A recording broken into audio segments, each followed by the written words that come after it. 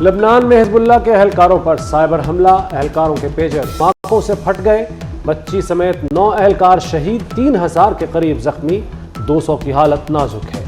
زخمیوں میں ایرانی سفیر مجتبی امانی بھی شامل۔ ایرانی سفارت خانے نے تصدیق کر دی، اسرائیل کا جنوبی لبنان کے گاؤں پر بھی فضائی حملہ، 1 شخص جاں بحق، متعدد زخمی۔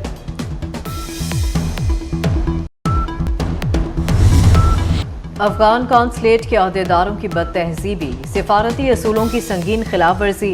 افغان قونصل جنرل محب اللہ شاکر پاکستان کے قومی ترانے کے دوران بیٹھے رہے، بے شرمی اور ڈھٹائی کی انتہا کر دی، قومی ترانے کا احترام نہیں کیا۔ وزیر اعلیٰ خیبر پختونخوا علی امین گنڈاپور نے رحمت العالمین کانفرنس میں شرکت کی دعوت دی تھی۔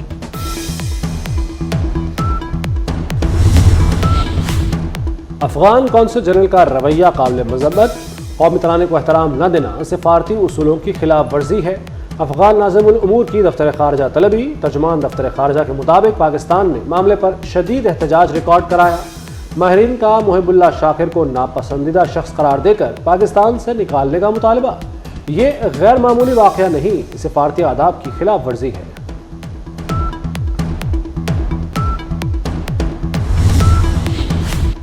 محب اللہ شاکر کے پاس افغانی پاسپورٹ نہ ہی کوئی اور سرکاری دستاویز۔ POR کارڈ پر محب اللہ اور اس کا خاندان 2015 میں پاکستان سے افغانستان گیا، UNHRC سے ڈالرز اور راشن بھی حاصل کیا۔ POR کارڈ کب کے ایکسپائر ہو چکے۔ 1 ستمبر سے محب اللہ سمیت تمام افغان پاکستان میں غیر قانونی مقیم ہیں۔ مقبوضہ جموں و کشمیر میں آج الیکشن، مودی سرکار نے مقبوضہ وادی کو چھاؤنی میں بدل دیا۔ بخلاہٹ کا شکار مودی سرکار الیکشن میں کامیابی کے لیے کسی بھی حد تک جانے کو تیار۔ مقبوضہ جموں و کشمیر میں 18 اور 25 ستمبر اور 1 اکتوبر کو 3 مرحلوں میں 90 سیٹوں کے لیے اسمبلی الیکشن ہوں گے۔ BJP، محبوبہ مفتی کی جماعت PDP اور عمر عبداللہ کی جماعت نیشنل کانفرنس میں کانٹے کا مقابلہ متوقع۔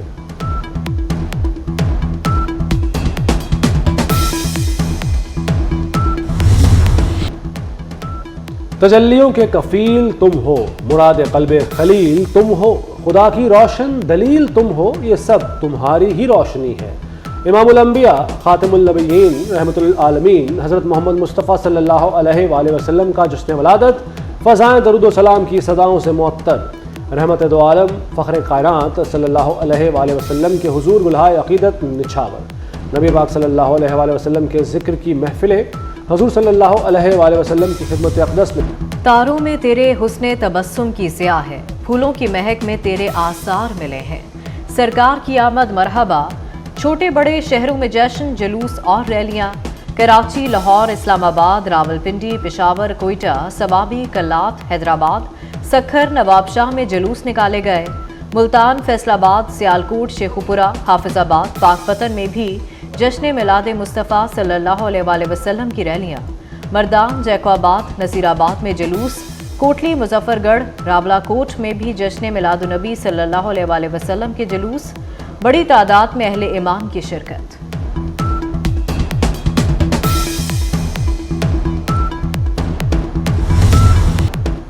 الہام کی رم جھم کہیں بخشش کی گھٹا ہے، یہ دل کا نگر ہے کہ مدینے کی فضا ہے۔ جشن عید میلاد النبی صلی اللہ علیہ وآلہ وسلم پر گلیاں بازار سجائے گئے، گھروں اور مارکیٹوں کو بھی خوبصورتی سے سجایا گیا۔ درود و سلام اور نعت خوانی کی محافل، بازاروں میں مٹھائی کی دکانوں پر رش، مختلف شہروں میں کیک کاٹنے کی تقریبات ہوئیں، لنگر اور سبیلوں کا بھی اہتمام کیا گیا۔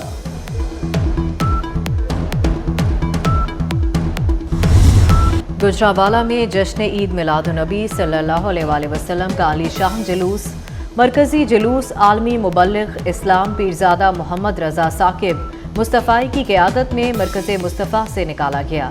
جلوس میں عاشقان رسول صلی اللہ علیہ وآلہ وسلم کی بڑی تعداد امڈ آئی، بچوں کا جوش و خروش دیدنی، بارگاہ رسالت میں درود و سلام کے نذرانے پیش کیے گئے۔ نعمتیں بانٹتا جس سمت وہ ذیشان گیا، ساتھ ہی منشی رحمت کا قلمدان گیا۔ دنیا کے مختلف ممالک میں نبی رحمت حضرت محمد مصطفیٰ صلی اللہ علیہ وآلہ وسلم کی ولادت کا جشن منایا گیا۔ کائنات کا ذرہ ذرہ وجہ تخلیق کائنات کی آمد پر خوش۔ مدینہ منورہ میں عاشقان رسول صلی اللہ علیہ وآلہ وسلم کا اجتماع۔ غزہ میں فلسطینیوں کے خاتم النبیین صلی اللہ علیہ وآلہ وسلم کی آمد کے قصیدے متحدہ عرب امارات اور انڈونیشیا میں جشن میلاد النبی صلی اللہ علیہ وآلہ وسلم کے موقع پر بارگاہ رسالت میں عقیدت کے پھول نچھاور کیے گئے۔ تقسیم دشمن کا ایجنڈا مل کر ناکام بنانا ہوگا۔ معاشرے میں نفرت، گالی اور انتہا پسندی کی حوصلہ شکنی کرنا ہوگی۔ بد کلامی اور انتہا پسند رویے کو جڑ سے اکھاڑ پھینکنے میں سب کردار ادا کریں۔ وزیر اعظم شہباز شریف کا لاہور میں محفل میلاد سے خطاب۔ کہا نبی کریم صلی اللہ علیہ وآلہ وسلم کی ذات وہ روشن چراغ ہے جس نے جہالت کا خاتمہ کیا۔ نبی کریم صلی اللہ علیہ وآلہ وسلم کی تعلیمات کے مطابق پاکستان کو سنوارنا ہوگا۔ کشمیر اور فلسطین کے مسلمان جلد آزاد ہوں گے۔ عید میلاد النبی صلی اللہ علیہ وآلہ وسلم کے جلوسوں اور ریلیوں کا پرامن اختتام۔ وفاقی وزیر داخلہ محسن نقوی کا اظہار تشکر۔ وفاقی وزیر داخلہ نے تمام صوبوں کے chief secretaries, inspector general police کو مبارکباد دی۔ کہا تمام صوبوں کی پولیس، انتظامیہ اور قانون نافذ کرنے والے اداروں کی محنت سے ماحول پرامن رہا۔ مبارک ترین دن پرامن اتحاد اور یکجہتی کے فروغ کے لیے علماء کرام کے کردار کو سراہتے ہیں۔ اسلام آباد میں قومی سیرت النبی صلی اللہ علیہ وآلہ وسلم کانفرنس۔ نائب وزیر اعظم اسحاق ڈار نے کہا نبی کریم صلی اللہ علیہ وآلہ وسلم نے بچوں کو تعلیم دینے کی تلقین کی۔ ہمارا نظام تعلیم دو متضاد سمتوں میں تقسیم ہے۔ ہمیں دوہرے تعلیمی نظام کو ختم کرنا ہوگا۔ سائنس اور ٹیکنالوجی کو اسلام کے بنیادی اصولوں کے مطابق کرنا ہوگا۔ چیئرمین سینٹ یوسف رضا گیلانی نے کہا کہ رسول پاک صلی اللہ علیہ وآلہ وسلم نے مثالی اسلامی معاشرے کی بنیاد رکھی۔ شہریوں کی تعلیم کا بندوبست کرنا اسلامی ریاست کے فرائض میں شامل ہے۔ روسی نائب وزیر اعظم الیکسی اوورچوک آج 2 روزہ دورے پر اسلام آباد پہنچیں گے۔ روسی نائب وزیر اعظم کے ہمراہ اعلیٰ سطح کا وفد بھی ہوگا۔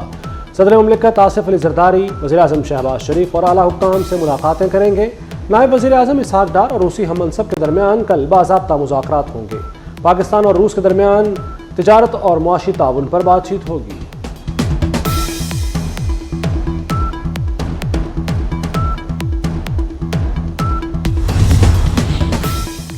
تحریک انصاف کی آئینی ترامیم کا راستہ روکنے کی کوششیں جاری۔ عارف الوی کی مولانا فضل الرحمان سے اہم ملاقات۔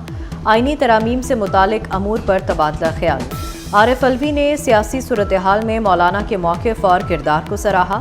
مولانا کہتے ہیں کہ ہمیشہ آئینی اقدام کا ساتھ دیں گے۔ اسد کیسر نے بھی مولانا فضل الرحمان سے ملاقات کی۔ بل کی منظوری تو دور، یہ پیش کرنے کی جرت بھی نہیں کر سکتے۔ آئینی ترامیم جمہوریت پر حملہ ہے، کامیاب نہیں ہونے دیں گے۔ علی امین گنڈاپور وفاقی حکومت کی مخالفت میں کھل کر سامنے آ گئے۔ کہا انہوں نے یہ سوچا بھی کیسے کہ جمہوریت کے ہوتے ایسا بل لائیں گے۔ ہم عدلیہ کے ساتھ کھڑے ہیں، پارلیمنٹ میں ان کو شکست دیں گے۔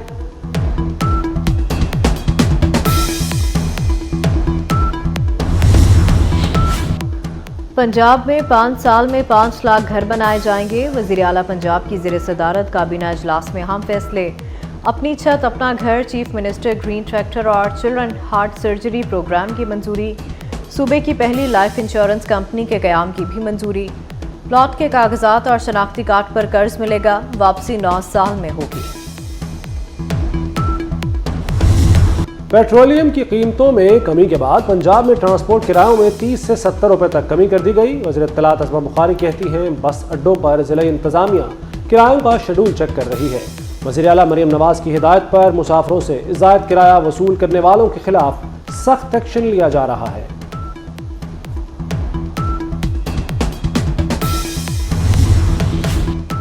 بھارتی ریاست منی پور پر علیحدگی پسندوں کا قبضہ، حکومتی ریٹ ختم ہو گئی۔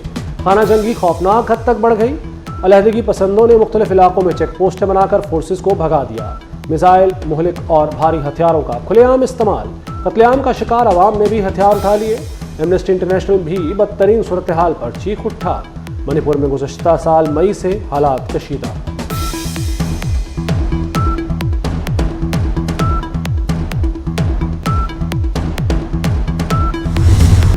غزہ پر اسرائیلی فورسز کے حملے، 24 گھنٹوں میں مزید 22 فلسطینی شہید، 76 افراد زخمی ہو گئے۔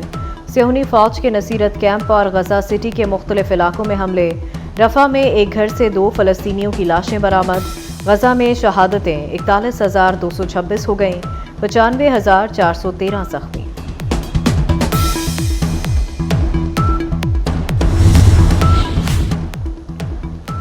ایران کا اسرائیل کو غیر مسلح کرنے کا مطالبہ۔ ایرانی صدر مسعود پزشکیان نے کہا کہ اسرائیل جیسے دشمن کی موجودگی تک ایران اپنے میزائل پروگرام سے دستبردار نہیں ہوگا۔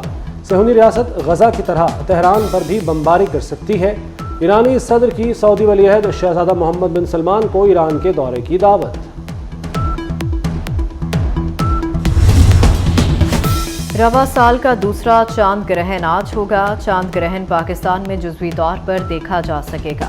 چاند گرہن امریکہ، یورپ، آسٹریلیا، افریقہ، شمالی اور مشرقی ایشیا میں نظر آئے گا۔ اور چین کو طاقتور سمندری طوفان کا سامنا۔ کیٹیگری 1 کا سمندری طوفان ببینکا شنگھائی سے ٹکرا گیا۔ تیز ہواؤں سے 10,000 سے زائد درخت گر گئے۔ 1400 پروازیں، 570 مسافر ٹرینیں منسوخ۔ ببینکا گزشتہ 7 دہائیوں میں شنگھائی سے ٹکرانے والا سب سے طاقتور طوفان ہے۔ سیلاب کی ریڈ وارننگ جاری۔